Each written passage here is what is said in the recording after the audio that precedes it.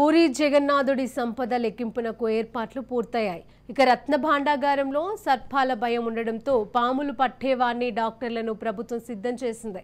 1978లో లెక్కించకుండా వదిలేసిన ఆభరణాలను కూడా ఈసారి వెలుపలికి తీసి గణించనున్నారు. దీంతో పూరిలోని రత్న భాండాగారంలో ఉన్న ఆభరణాలు సంపద పైన సర్వత్రా ఆసక్తి నెలకొంది.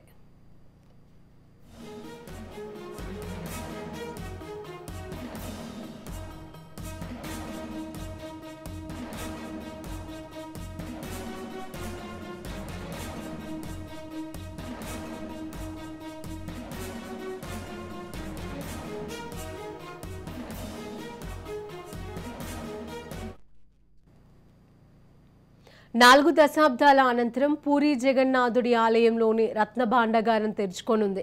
స్వామివారికి అపార సంపదలు, వైష్ణవైఢూర్యాలను పొదిగిన ఆభరణాలు ఉన్నాయి. కానీ ఇవి ఎలా ఉంటాయో ఇప్పటి వరకు ఎవరికీ తెలియదు. ఈ నేపథ్యంలో లెక్కింపునకు ఒడిశా ప్రభుత్వం సిద్ధమైంది. ఆధునిక సాంకేతిక పరిజ్ఞానంతో లెక్కింపు చేపడతారు. అయితే ఇది ఎప్పుడు పూర్తవుతుందో అని నిర్దిష్టంగా చెప్పలేమని అధికారులు అయితే చెప్తున్నారు. అప్పటి వరకు కమిటీ సభ్యులందరూ కూడా నియమనిష్టలతో ఉంటారు.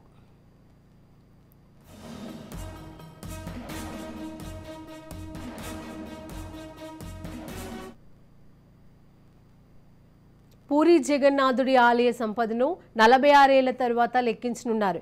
జూలై 14 నుంచి ప్రభుత్వం నియమించిన కమిటీ ఆధ్వర్యంలోనే ఈ లెక్కింపు మొదలు కానుంది. కానీ పూరి జగన్నాథుడి రత్న భాండాగారంలోని రహస్య గదిని తెరిచేందుకు సన్నద్ధమవుతున్న అధికారులకు పాముల భయం వెంటాడుతోంది. దీంతో ముందు జాగ్రత్తగా చర్యలను చేపట్టిన అధికారులు పాములు పట్టడంలో నైపుణ్యం ఉన్న వారి కోసం వెతుకుతూ ఉన్నారు. జగన్నాథ ఆలయ యంత్రాంగం అధికారి మాట్లాడుతూ రత్న భాండాగారం తెరిచే సమయంలో అనుసరించాల్సిన మార్గదర్శకాలను రూపొందించి అనుమతి కోసం ప్రభుత్వానికి పంపాం. గది తెరిచే వేళ పాములు పట్టేవారు ఓ వైద్య బృందాన్ని అందుబాటులో ఉంచాలని కోరామని తెలియజేశారు.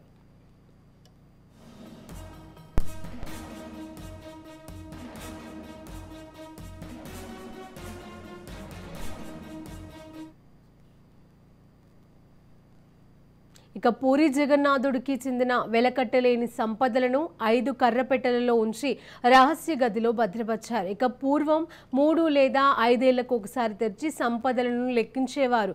చివరిసారిగా 1978లో రత్న భాండాగారాన్ని తెరిచి సంపద లెక్కించడానికి 70 రోజుల సమయం పట్టింది. అప్పట్లో కొన్నింటిని వదిలేయడంతో పాటుగా పలు సందేహాలు వ్యక్తమయ్యాయి.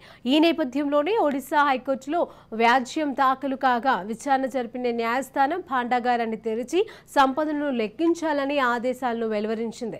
సర్వోన్నత న్యాయస్థానం కూడా దీన్ని సమర్థించి అప్పటి నుంచి ఖజానాను తెరవలేదు.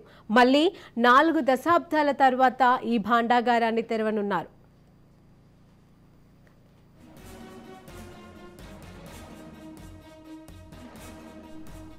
రహస్య గదులు శిథిలావస్థకు చేరుకొని వర్షపు నీరు లీకై గోడలు బీటలు వాడుతున్నందున మరమ్మతులను చేపట్టాలని 2018లోనే పురావస్తు శాఖను న్యాయస్థానాలు ఆదేశించాయి.